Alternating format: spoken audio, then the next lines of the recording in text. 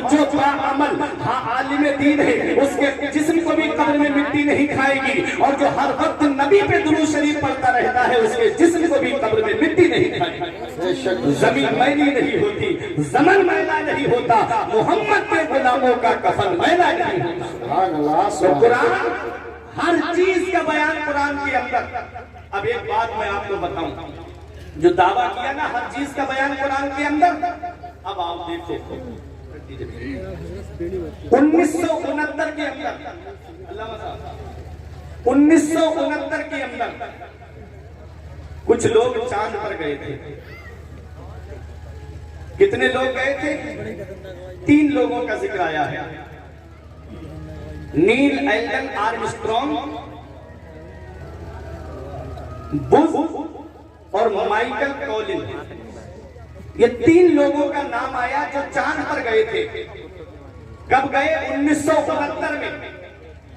اب مجھے بتاؤ بیٹا، خاموش ہو جاؤ تم لوگ، جلسہ خراب مت کرو، بڑی محنت سے پیسے کمائے جاتے ہیں اور دروازے بھیک کی طرح مانگتے ہیں جلسے کے منتظمین، تب کہیں جا کے اتنے بڑے جلسے وجود میں آتے ہیں۔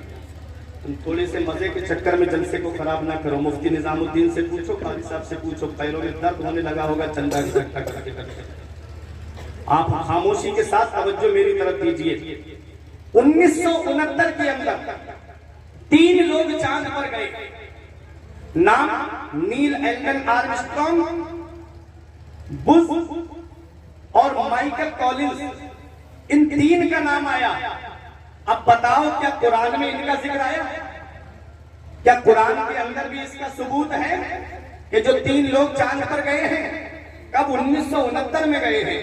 اب 2023 چل رہی ہے، زیادہ لمبی بات نہیں ہے، زیادہ دور کی بات رہی ہے، اور قرآن 1450 سال پہلے نازل ہوا ہے۔ کہاں جا رہے ہو قرآن کو چھوڑ کر کے؟ دیکھو قرآن میں ہر چیز کا بیان موجود ہے، لیکن شرط یہ ہے اتنا علم ہونا چاہیے، شرط یہ ہے اتنی صلاحیت ہونی چاہیے، شرط یہ ہے اتنی قابلیت ہونی چاہیے۔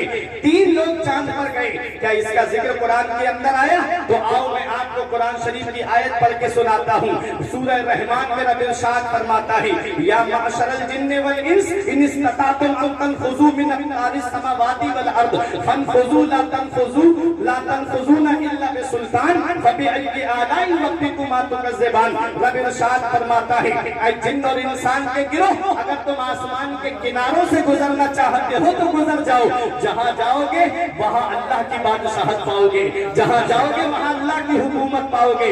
پتا چلا انسان آسمان کے کناروں سے گزرے گا، پتا چلا انسان آسمان کے کناروں کو عبور کرے گا۔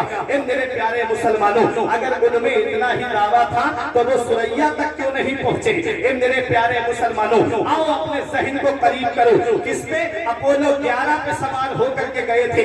یہ مشن اپولو 11 کے تحت انجام پذیر ہوا تھا۔